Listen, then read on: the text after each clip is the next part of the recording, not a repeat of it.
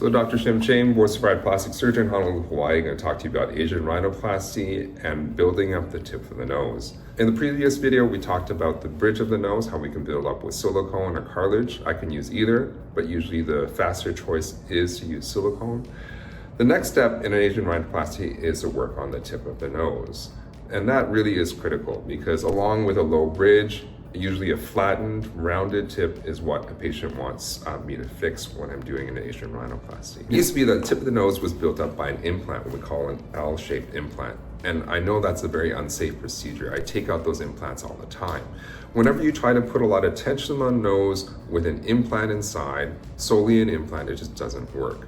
Your body doesn't like it. It generally pushes out the implant after a while, and that tension just cannot be maintained, and it's a very unsafe procedure. And I caution patients to not undergo a procedure where only a silicone implant is used to build up the tip of the nose. Instead, we use cartilage for the tip of the nose, which is much safer and a very good long-term solution to change the structure of the nose so it's the way the patient wants. Typically what we want is the nose to stick out more this way. We call that projection. Be more defined, more narrow and sculpted. And those are the changes that most patients are seeking, along with the raise in the height of the dorsum or the bridge of the nose to give the patient the right result. Now, what we notice in Asian noses is that the tip of the nose does not have much support, unlike Caucasian noses. Sometimes in Caucasian noses, we can just simply put cartilage on top of the current tip of the nose after it's been reshaped, and that will build up the nose nicely, and that'll be fine because there's enough support.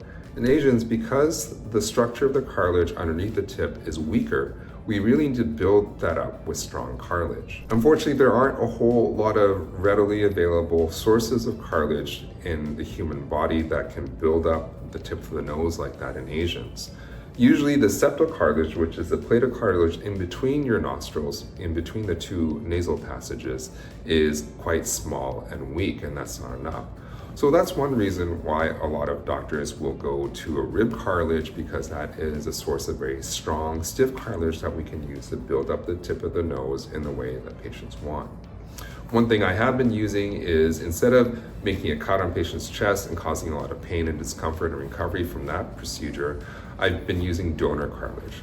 These are pieces of cartilage that have been donated. So there's somebody who's donated their body for the use of medicine, and pieces of cartilage are harvested from those bodies, and we take them. They are what they call flash frozen, so immediately frozen, and they work very well, just as well as normal cartilage for the patient. But this has the inconvenience of me being able to take the cartilage from a freezer instead of having to make a cut on the body to harvest it from that patient. When I give patients a choice, this is what they usually prefer, just because it's easier. Also, surgery costs less because it's a shorter procedure. The way we build up the tip of the nose in Asians is something called a septal extension graft. Now, that takes that plate of cartilage that's already inside your nose and it builds it up. So basically it has a cartilage framework to support the new tip of the nose.